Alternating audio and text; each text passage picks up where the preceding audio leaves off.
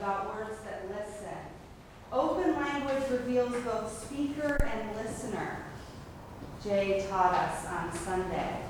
And that made me think about the fact that sometimes the great teacher, the person who makes us, the words that are most uncomfortable or illuminating, actually come out of our own mouths.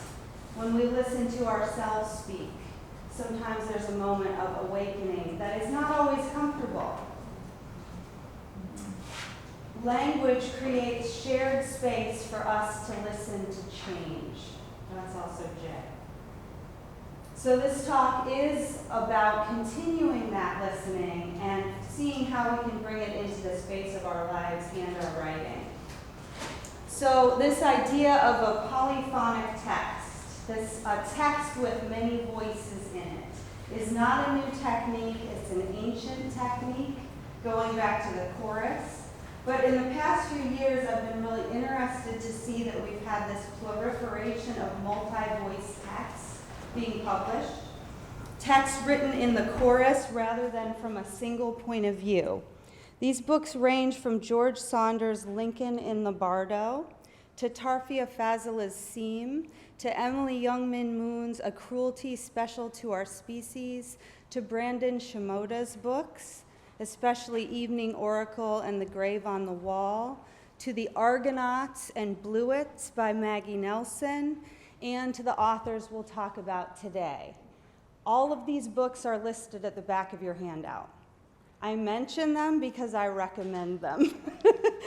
I recommend them because they all, in different ways, open up the old concept of the single voice and the single narrator to give us something that's more humanly variable, influx, ancestral, or collective. These kinds of books seem to me to be a natural extension of the time we live in, a time of high connectivity in which social media platforms can be seen as a vast, co-authored, endlessly changing narrative about the self that is more than the self that is dispersed, constellated, communal, and becoming, etc., the self that is, etc. They also speak to the fact that the old idea of authorship, of the single, usually white male protagonist, has run its course. Remember Daniela's talk yesterday and the idea of the Anthropocene, which I say incorrectly, but what I say, it emphasizes anthro, which is man, which is not only man, it's man from the Greek. And that story structure got us to this place of violence to our planet and her peoples. So listening to Tyler's reading last night, I was reminded that the Iliad, which is to say all of Western literature, begins with a rape. It begins with a rape that leads to a war. So the foundation of Western storytelling, Western culture, Western systems of meaning is rape and war. Helen is abducted, and in most versions of the story, even retold into the 20th century, it's been rewritten by poets over and over again, the story of the abduction of Helen, fall of Troy. She's usually blamed for her beauty. So she's usually sort of positioned as a point like she was the temptress, right? Stories about individuals fail to recognize hierarchies and structures of power and ongoing systemic injustice. They also fail to recognize networks of kinship and connection. The valuing of the individual over the community first hides the fact that the privilege of being seen as an individual has historically been extended to the very few. Helen, for instance, is an individual, but every war has led to the systemic mass rape of women. There are countless examples. And there are examples in literature but they're also all around us. How this idea of the individual serves to hide existing power structures that perpetuate injustice. So this is just a bit from the news, but 80% of mass shooters in this country are white men, but they're not called white men when you read an article about them. They're almost always called lone wolves. They're attributed the marker of individuality rather than systemic problems. Whereas if you have a murderer who is not in that category, their race is always named, and they're usually called a terrorist. So they are put into a system of thought. Meanwhile, we could see systems of thought. So a very high number, and I have these statistics if you want to fact check me, of the men who become shooters have already been arrested on domestic battery to women. So we can see that these things happen. Excuse me, my mouth is dry. Anyway, these are the stories we tell. These are the ways stories shape structure consciousness. So this old story shape of a hero overcoming odds through the domination and murder of others is still very much with us. But the artists know that this has run its course. And so, of course, the authors are finding a way out and writing books that access the notion of the chorus that sings the story and in its singing can resurrect history, reframe the narrative, attend to the present, and thus adjust the future. The exciting quest of individuation, becoming an individual, belongs to everyone. And yet, the old idea of the individual is a myth. We are all constellations of those who have made us, who are making us, and who are being made by us. We are all in one another. And individuation must happen within communities, collectives, conversations, through our constantly evolving connections with one another.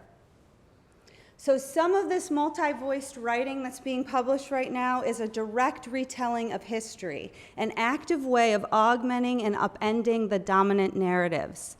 You can look up something called documentary poetics for good examples of this.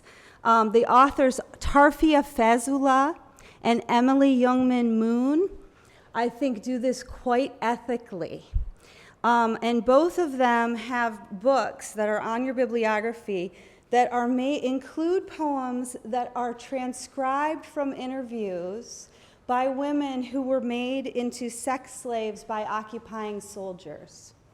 So Fazula writes poems in the voices of Sri Lankan women and weaves it in with her grandmother's own story. And Moon writes poems from interviews done with the Korean comfort women who were kidnapped as girls and then used as prostitutes for Japanese soldiers. She very wisely knows how to use blank space so that she is not reenacting the violence, which is another way to say she's not getting off on the violence. Some writing does that. They purport to be against violence, but they actually reproduce it. What she's done is taken these interviews and used this white space so that we really feel these women's, we call them women, they were girls. They were 10 and 11. We feel their humanity. So I recommend them. The poems within the books are alongside poems from the women's own lives.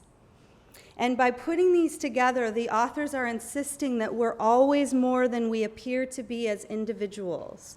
We are inextricable from our histories, ancestries, from stories, pains, and injustices that we both lived and did not live, but heard about, intuited, read about, absorbed through the bloodlines and through the culture. We have all experienced more than we have lived in our lifetimes. You know that feeling, right? where you have some inkling of affinity or some sense of a story that you didn't actually live. Brandon, I think, really beautifully led us in a ritual around accessing these. Thank you. Animals are born knowing how to nurse and feed themselves and hunt. We too are animals, and we are born with a memory of human experiences that we've inherited through family memory and species memory. These are violences, creations, all kinds of experiences. We're born with many stories within our own story. Okay, so that's a documentary, that's a way of using voices to heal the past, change the story, which actually works both forward and back. So another way, some other multi-voice books turn to the past in a way that's imaginative and channeled. This is more of the realm of fiction. They arrive through the ear to the author, as if the chorus of voices have their own life and their own say that the author then transcribes on the page. A lot of fiction, I read a lot of fiction like this. It's the oral kind. You almost hear it as you read it. I read Toni Morrison this way and George Saunders. And in a much smaller way, some of my work has arrived this way too, by ear, as a voice I hear.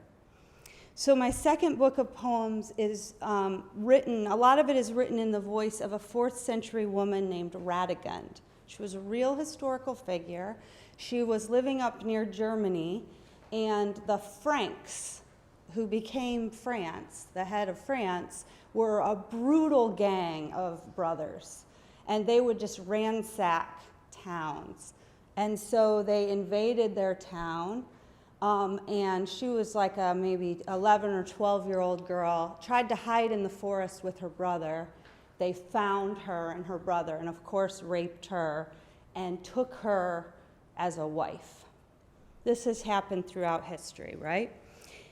And so she becomes what we now call a Queen of France. Isn't she lucky? So she's Queen of France, and how is she going to escape this fate? She became literate. She became one of the first women we know of who was literate. And she's also pretty mystical. And so her husband ended up respecting her enough, or fearing her, probably fearing her, enough so that when she demanded that she be given her own place to live away from him and his brothers, this is as she's grown up, he relented. So she founded an abbey for women, which is like a safe house if you think about it. It would be a safe house for women. And she became one of the writers of her day. She corresponded with popes. She corresponded, a lot of those powerful people were her relatives, and she would write them long letters. So for some reason, I went down this wormhole one day and started learning about Radegund, and I felt like I kind of knew her. You know, this feeling like you almost remember the story as you're reading it. So, just spell her name. Yeah, it is Radegunde. Thank you. Yeah, and it's in my book too, and I didn't put that on here on your handout, but that's called The Endless Unbegun, that her poems are in. But we only have some letters of hers. In any case, I went down this sort of research. You know, research itself can be very creative. It can be filled with discovery. And I started writing in her voice, and I wrote a series of poems in her voice. And then after the book came out, I gave a reading with it, from it with the fiction writer Stuart Dybek, who also writes by ear quite a bit. His work is very musical. And afterwards, someone was asking how I wrote the book, and I was trying to answer. And Stuart interrupted and said, "What happened to Rachel is just what happens to writers sometimes. She started hearing voices." And I was like, I'm glad you said that and not me, because here I'm trying to pass as rational, right? And then he's just like outed me that I'm hearing voices. And the guy in the audience said, I was like, yeah, it's true. And he said, well, how did you know you aren't crazy? Yeah. How did you know you weren't crazy? Well, the truth is a lot of people have said that I was crazy. And this is what the world will do to its artists. And certainly anyone trying to tell the truth.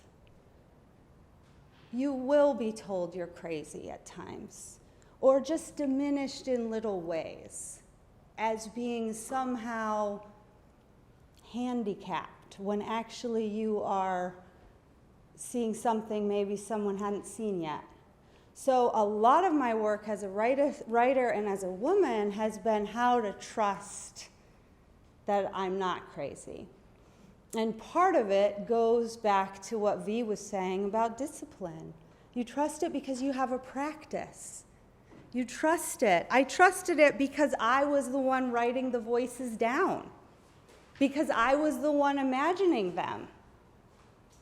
Because as a writer, one of my first jobs is to claim my own perception, my own voice. And it is not a finished voice or a perfect voice, but it is a voice always in the process of becoming more aware. And in claiming the most authentic version of my own voice, sometimes I have heard that there are others' voices in there too, or I have imagined it. Toni Morrison, one of the greatest writers ever, said, I've read books where the voices have taken over and ruined the whole book. You have to say to your characters, I'm writing this book. You're an important character in the book, but I am the writer. So, developing sovereignty over our own creative process, a way to be both wide open and unhinged, to use Daniela's term, and yet balanced and centered, is part of our work as writers. And part of doing it for me includes cultivating an inner listening, going so authentically into myself through writing that I realize that I'm also others, that I know what it is to be another. So before I go on, I just want to say, we're not crazy or damaged. We're just artists. Yes. I just want to say I'm so happy you're here. Thank you. I'm so happy you're here. I'm so happy we're in a room together, because the fact is we need each other. We need each other to remind each other that this is what consciousness looks like. Right? Yeah. I've been outside of writer circles for the past 2-3 years, and I haven't said anything yet because I was still processing it. The past 4 days has been people speaking the thoughts that have come to me originally over the past 3 years, and things that I was too afraid to say, things that I thought people would think was disturbing and off the deep end and yada yada, and now here I am, and it is fact. Exactly. And that's the most exhilarating expansion of consciousness when we do it together, where you feel almost like you're overcome with what you want to say because the person you're talking to will get it and is saying it already. Yeah. So that's actually the perfect introduction to part 2 of this talk, which is about all of us. This talk is not actually about channeling the past. It's not about that kind of inward listening, but about another kind which is just as profound. If that other listening is the listening of historical fiction, this is the listening of creative nonfiction. This is the listening we do to the living chorus around us, which is to say to one another. This is a way of listening to the present moment. And the present is not an illusion as much as it is a field of possibility. It holds the future in it, we just don't know which future. It will depend on how we participate in the present. So listening closely to those around us and to ourselves can help us to more consciously shape that future. This is our chorus for this week, and these are the voices of our co-authored week. And because of that, we are each other's teachers, echoes, mirrors, and instigators. I hope you can hear the way my talk is listening to Jay's talk and Daniela's talk and V's talk on discipline as a management of emotion, and Brandon's ideas about ancestry and memory. Their ideas are exciting to me because I recognize them in myself, and because they articulate them in ways I couldn't have, because they are themselves and I am myself. That's what it means to be essential to the whole. Only you can be you, and your way, your signature of saying the thing is essential. That's why the best way you can become a better writer is to become truer to yourself in your own voice. And this connection goes back to something that V. Maldonado said on the very first day. It is your voice reverberating inside my body that reminds me that I have an inside of my body. It is your voice reverberating inside my body that reminds me that I have an inside of my body. In his book, Evening Oracle, Brandon Shimoda mentions something called oracular conversations. You know, oracular is full of portent, meaning. I imagine these as conversations in which you listen for signs, some echo on the person talking, some kind of metaphorical reverb that makes the moment mean more than what is being said literally.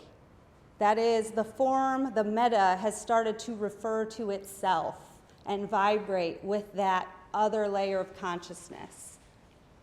So this is not like passive-aggressive doublespeak. It's the opposite. Does that make sense? Okay.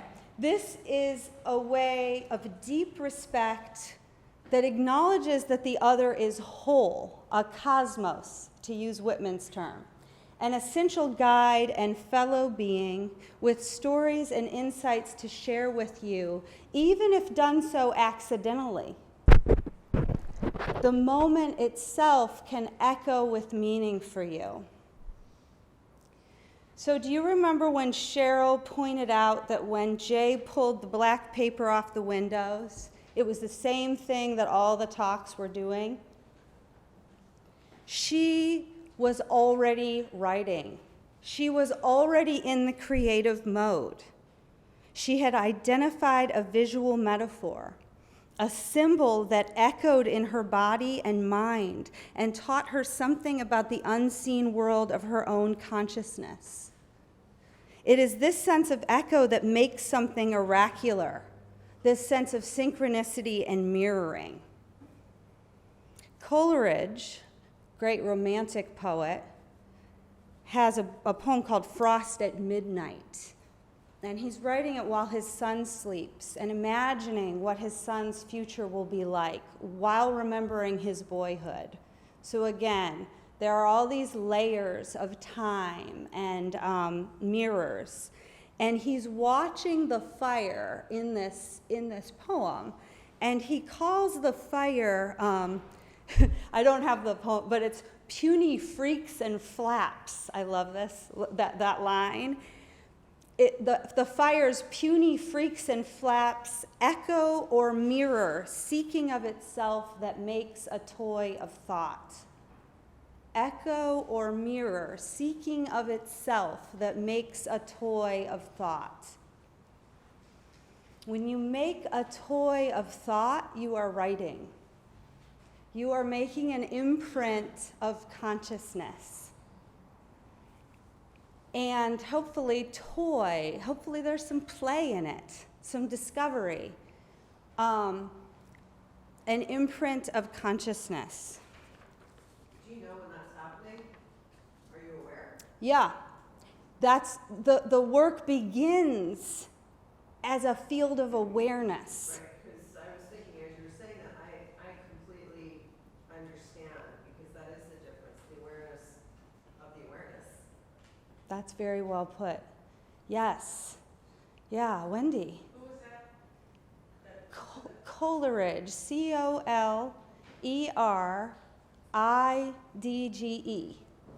And he was Wordsworth's friend.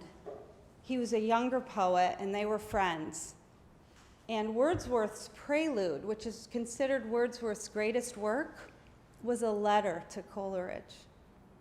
So conversation, it matters. It helps us become more conscious. But this is a great question, Gianna, and that's what I was trying to get at with remembering Cheryl's comment, right? That she was already thinking in a meta way. She was already thinking about what could be made. So finding echo or mirror. Is the world giving you material? It is also offering you its formal intelligence. Collaborate with it. That kind of attention is not easy to come by, but it is something to cultivate, I think. When you feel those moments of mirroring, or synchronicity, or odd alignments, or even odd juxtapositions that are uncomfortable, that's when you know you're in a moment you can write about. A moment that has potential for meaning not only in your life, but in your work. Even if you don't know what that meaning will be, write it down. That's the first step. Okay.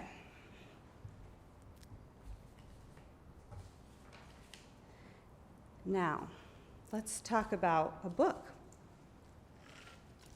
Has anybody read these books by Rachel Cusk? Okay. Oh, thanks. Good. Okay. So I recommend them. There's a trilogy that she wrote. This is the first one, Outline. The books are written entirely in conversation, and it is mostly people talking to her. The characters, meanwhile, are not rendered as characters traditionally have been in fiction, where there's a lot of time spent on appearance or externals. We get a bare outline of this person. We do get to see him or her. Usually it is a man talking to her in almost every case. But we immediately get into that person's dialogue, monologue, and it is about the inner life. So these are books made up of people sharing something authentic through conversation. They're also made things. They're formal experiments. They are meta projects. So both Cusk and Carson, who I think you read the Glass essay, bring outside voices into their texts in order to break the speaker out of her own dead-end grooves of thought and to move the text forward in surprising ways. Unlike the use of dialogue in traditional fiction, which is often employed in the service of plot or external characterization, this use of conversation is used much differently. It's used to outline, hence the title, the inner life through echo, affinity, or contradiction. Each text has an intimate feeling of presence, as if the form itself developed out of a genuine real-time seeking on the part of the author. These texts are not performances of knowledge or personality, and a lot of creative nonfiction right now is a performance of personality. They're not performances, but they are embodied questions or quests. Consider writing a book as a quest. Both of the first-person speakers, in this and in Anne Carson, are women, asking themselves how they can go on creating after the end of a marriage. I'm a 40-year-old, brilliant and weird female writer. Is it possible for me to also have lasting love? How can I live after the myth of my marriage has broken down? Because they're middle-aged and female, their questions have gendered, societal, and historical dimensions, as well as personal ones. They're wondering how one's work as a writer fits into life within a family, especially when most of the unpaid labor still goes to women in a family structure. They're asking, what are the sacrifices required of the relentless watching that is inspiration, that is this field of attention we're talking about? They're both geniuses, but they don't want to have to kill themselves or separate from life in an attic the way women of the past have had to do. They want to be able to live within life, create within life, and also within their own invention. So these subjects could be seen as cliched or limited, which itself is a gender judgment, right? But and there are cliched ways of writing about these things. But Cusk and Carson avoid conventionality by never asking their questions about relationship and all of this directly, but embedding them within their larger intelligence and curiosity about the world. If you think you're writing something that is a little cliched, access your curiosity. Bring in an outside source or an outside voice and break open your own worn grooves of thought. That's a good technique.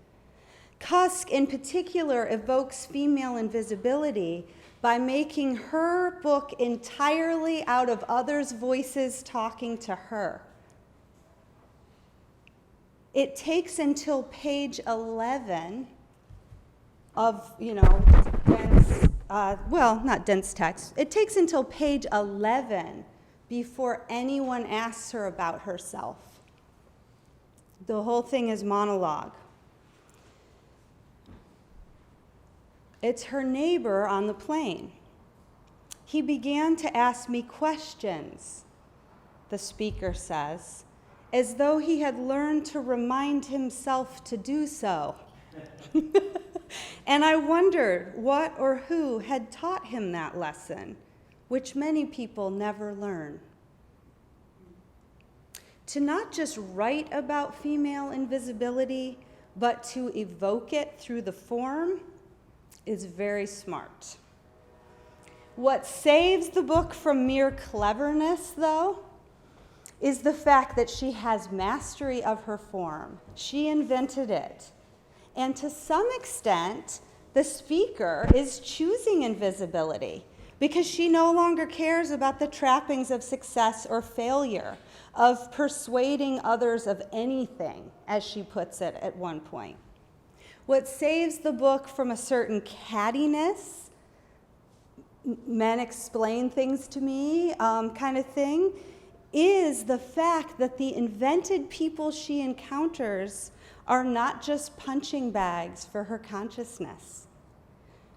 Each voice shares tender personal stories and complicated, well-articulated truths with the book's speaker. There is some nugget of wisdom and insight in every passage spoken by every character, even if they're spoken by those that we sense that Faye, the narrator, doesn't closely identify with. Do you get what I mean by that? She doesn't just have them there to knock them down. They have an inner life that is more than valid, that is complex and tenderly revealed to her. These are quotes from Rachel Cusk. What I was looking for in writing these books was a sound frequency, a note, Rachel Cusk said in an interview with Sheila Heti, who also writes this kind of autofiction. I wanted to write a literature that was free of dread, free of suspense. Again, she's going to dispense with the old furniture of plot, which relies too much on fear, violence, and domination. Some of the freedom I was looking for was freedom from form, and certainly from the pretend ignorance of the author pretending that they don't know what is in their book. This is still Rachel Cusk. I wanted to use people's native ability in talk to write narrative, narrative being the way that people see their lives. I am very aware when these passages of life occur, when people are able to utter themselves. Again, that awareness of when it's happening. I am very aware when these passages of life occur. Cusk wrote these works of autobiographical fiction after she published more traditional memoirs. 1, a life's work about parenthood, and 2, aftermath about her divorce. And in both cases, she was really dismayed and infuriated about the interviews that ensued. People did not talk to her about her book as an intentional, crafted work, but talked to her and judged her about how she was as a mother and person.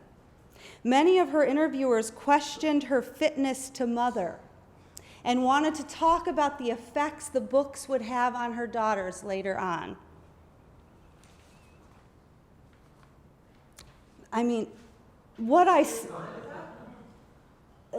this is how she responded. Yeah, she's smart in interviews, but I think she was dismayed because she had made something and crafted it, and it was read as a performance of persona, which truthfully we're just more trained in than reading art now. We are very trained in the performance of persona. Having brand. Pardon? You're like supposed to have a brand. Yeah. Yeah, and it's a real simplistic way of seeing other humans. And so, so she was talked to, but keep in mind there are also always there's unevenness at work. So men have been parents throughout time, male writers. They're usually not asked what effect that will have on their children. They're usually not, usually those questions are a way of shaming that you actually thought you had the right to be a writer, right? So in this interview, she said, what I saw was that the memoir form had malfunctioned. Her writing was being read as too literal an extension of her life and persona, and was being judged as her persona was being judged. When in fact, she was an artist who had made a book. At this point, she'd made like 6 books, great books. This is a quote from her. It was too easy for it to be read literally. And the easiest thing to do, and I should say, a life's work expressed ambiguity and the difficulties of parenthood. It wasn't just a romantic take on it, right? And the easiest thing to do was to use a person as a scapegoat, which happens in ordinary life and also happened to my book. The very ambivalence that I described in a life's work proved itself by alerting certain readers to see the presence of what I was saying in themselves and to disown it, to repudiate it, to say, well, she feels that, there must be something wrong with her, because I don't feel that. And that was the malfunction of the memoir form. That is also the kind of judgment that comes to the truth teller, that can come to us as artists. But because she was an artist, a writer, she did not stay mired in the literal experiences of those monumental life changes. Nor did she stay mired in the trauma and in the upset of having her art be misunderstood. She saw that the form had malfunctioned, so she invented a new form that transcended old ideas of selfhood, that would outwit the readers who only read for persona and personality and only read literally. And the new form was based on listening. It was based on, this is a quote from V. Maldonado, respect as inverse double consciousness. Double consciousness is a W.E.B. Du Bois term about what people of color have to do in white spaces. Pass. What I was almost describing of what we learn to do sometimes as artists. Pass as a different kind of thinker. He named this inverse double consciousness. So instead of it being self-consciousness, it can become a more generative consciousness. You know that there are things you don't know about the other person. Respect. Okay, part 3. The poet, Rainer Maria Rilke, says in the Book of Images, "Whoever you are, in the evening, step out of your room where you know everything." Last evening, I stepped out of my room and requested a lift to take me to Jay and Daniela's and Taylor's reading. I got in, and Nancy, who was driving the car, said hi to me. "How has your day been?" she said. "Good," I said. "I'm teaching at PNCA this week, and it's fun." And because fun sounded a little goofy, once I said it, I thought, is that right? Is it fun? And so I said, well, it's fun and challenging and inspiring and sometimes a little awkward. A little awkward, Nancy said. Yeah, because I'm a little awkward. Like, I'm a human. I like the realness, she laughed. I could use a dose of that right now. And then I said, how was your day so far? Well, she said, her voice a little shaky, I think I might have saved someone's life today. At first I thought he was just in a really bad mood, but then we started talking. And it turned out he was going to go do something to himself. And he was riding a really long way out of town. So we actually had a long time to talk. And here he was just 23, and he has Asperger's, and so life is really hard for him, and he's not sure what he can do. And I was like, hey, you're still in your 20s. You're figuring things out. That's what your 20s are for. And I told him I made so many mistakes in my 20s. When I was like 18, I started making mistakes, but that was because my parents didn't teach me. They didn't know. They didn't know how to pay the bills and stuff. They hadn't learned themselves, and they had lived in scarcity. And I had never met people who had abundance or had an abundance mindset. So I was telling him about this and telling him how I'm learning to develop that and believe in my own life. And this guy, we kept talking, and he started to listen and become more open. And finally he was like, so what are your ideas? And I think I spoke him into life. This is me. Did you just say you spoke him into life? I spoke him into belief. I spoke belief into him. Belief in his own life. And then the next guy, you won't believe this. You can't make this stuff up. I know. The next guy I picked up was going to say his goodbye to his dad for the last time. He and his dad were super close, like best friends.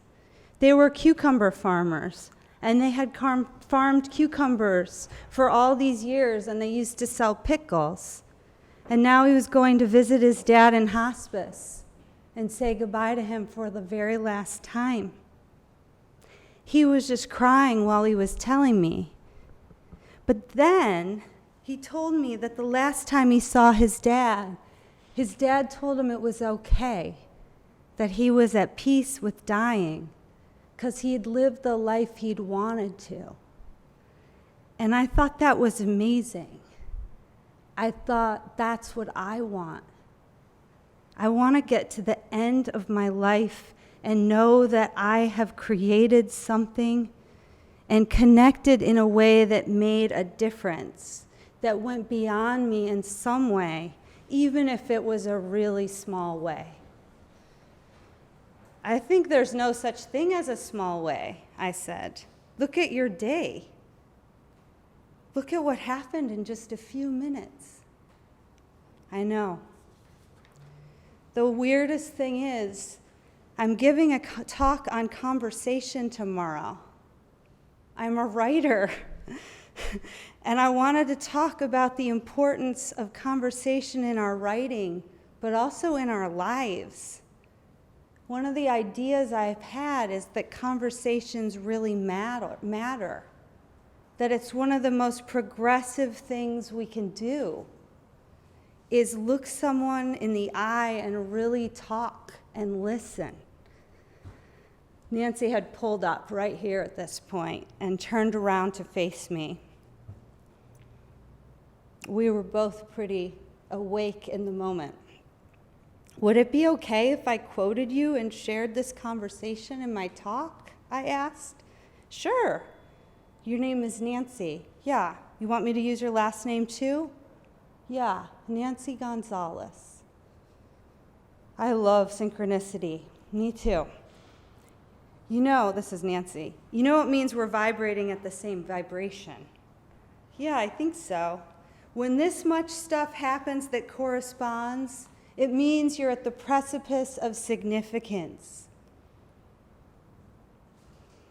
And significance is a feeling, a state of integration, a charged space of meaning that is a shared space. Whoever you are, in the evening, step out of your room where you know everything and meet the Uber driver, the neighbor in the hall, the guy taking out his garbage, the homeless person right outside this building.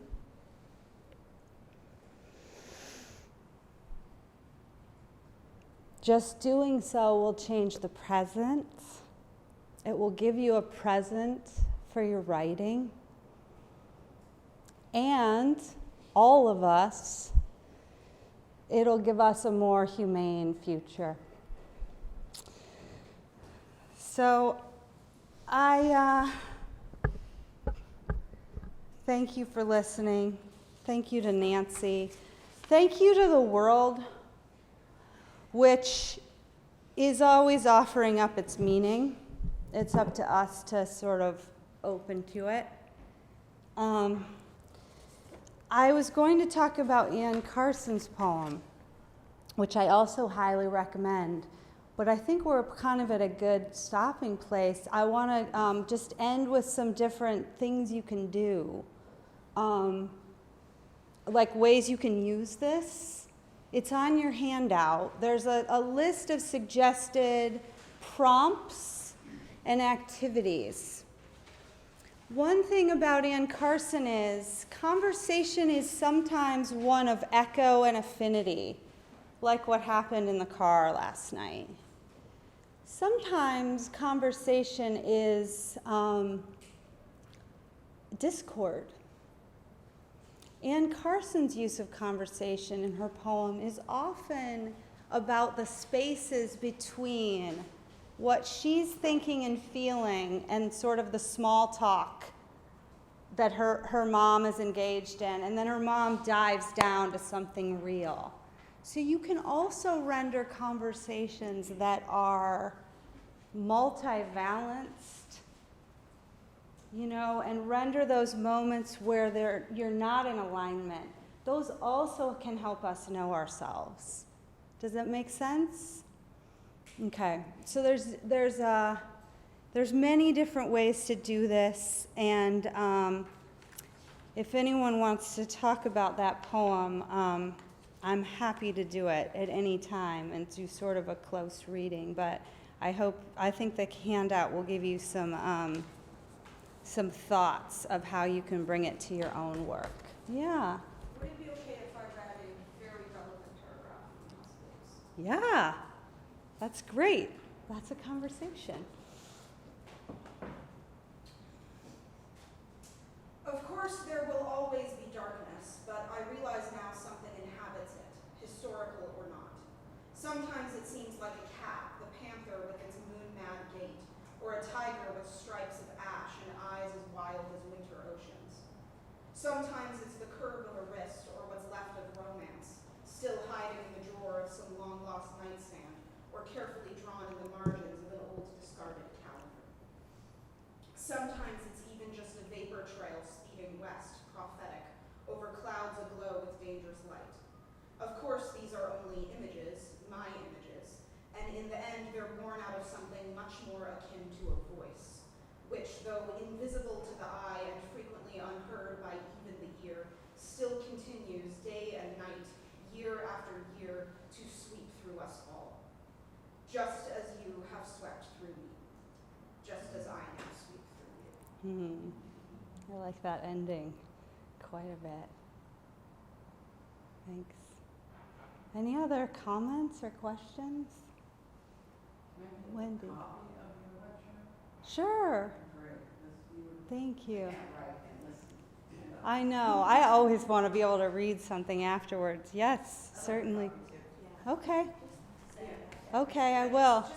I'll make the edits I made 10 minutes ago and send it out. Okay, thanks.